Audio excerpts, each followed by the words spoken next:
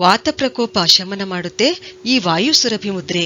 ಈ ಮುದ್ರೆ ಹೇಗ್ ಮಾಡ್ಬೇಕು ಅಂದ್ರೆ, ವಿರುದ್ಧ ಕೈಗಳ ತೋರ್ಬೆರಳುಗಳನ್ನ ಮಧ್ಯದ ಬೆರಳುಗಳ ತುದಿಗೆ ಪರಸ್ಪರ ಜೋಡಿಸ್ಬೇಕು. ಆಮೇಲೆ ಉಂಗುರು ಬೆರಳುಗಳನ್ನ ಕಿರು ಬೆರಳುಗಳ ತುದಿಗೆ ಜೋಡಿಸ್ಬೇಕು. ಅಂದ್ರೆ ಸುರಭಿ ಮುದ್ರೆ ಮಾಡ್ಬೇಕು ಮೊದಲು.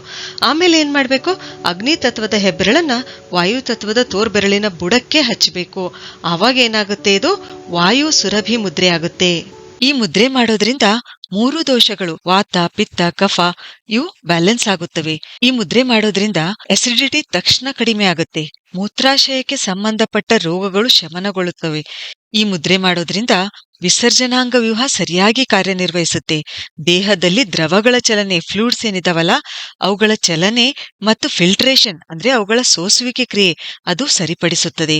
ಹೀಗೆ ಕಿಡ್ನಿಗಳ ಕಾರ್ಯ ಮತ್ತು ಅವುಗಳ ಆರೋಗ್ಯ ಕೂಡ ಸುಧಾರಿಸುತ್ತದೆ. ಮತ್ತು ಅಡ್ರಿನಲ್, ಪಿಟ್ಯೂಟರಿ, ಪೀನಿಯಲ್, ಥೈರಾಯ್ಡ್ ಗ್ರಂಥಿಗಳು ಸಮರ್ಪಕವಾಗಿ ಕೆಲಸ ಮಾಡುವಂತೆ ಮಾಡುತ್ತದೆ ಈ ಸುರಭಿ ಮುದ್ರೆ. ನಮ್ಮ ದೇಹದಿಂದ ಟಾಕ್ಸಿನ್ಸ್, ವಿಷ ವಸ್ತುಗಳನ್ನು ಹೊರಹಾಕುತ್ತದೆ.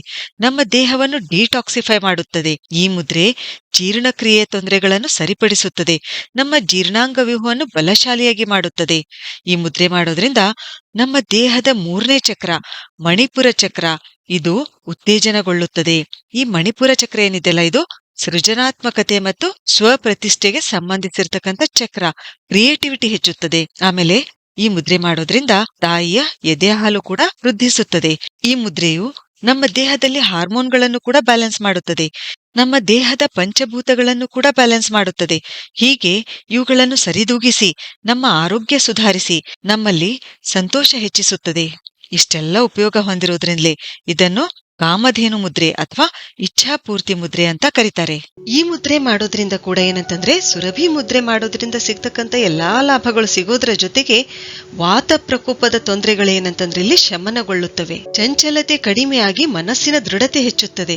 ಈ ವಾಯು ಸುರಭಿ ಮುದ್ರೆಯನ್ನ 5 ರಿಂದ 10 ನಿಮಿಷ ಸೂರ್ಯಾಭಿಮುಖವಾಗಿ ಸೂರ್ಯೋದಯದ ಸಮಯದಲ್ಲಿ ಅಥವಾ ಸೂರ್ಯಾಸ್ತದ ಸಮಯದಲ್ಲಿ ಮಾಡಬೇಕು. ಸರಿ, ಹಾಗಾದ್ರೆ ಮುಂದಿನ ವಿಡಿಯೋದಲ್ಲಿ ಮತ್ತೊಂದು ಉಪಯುಕ್ತವಾದ ಮಾಹಿತಿಯೊಂದಿಗೆ ಭೇಟಿಯಾಗೋಣ. ಧನ್ಯವಾದಗಳು.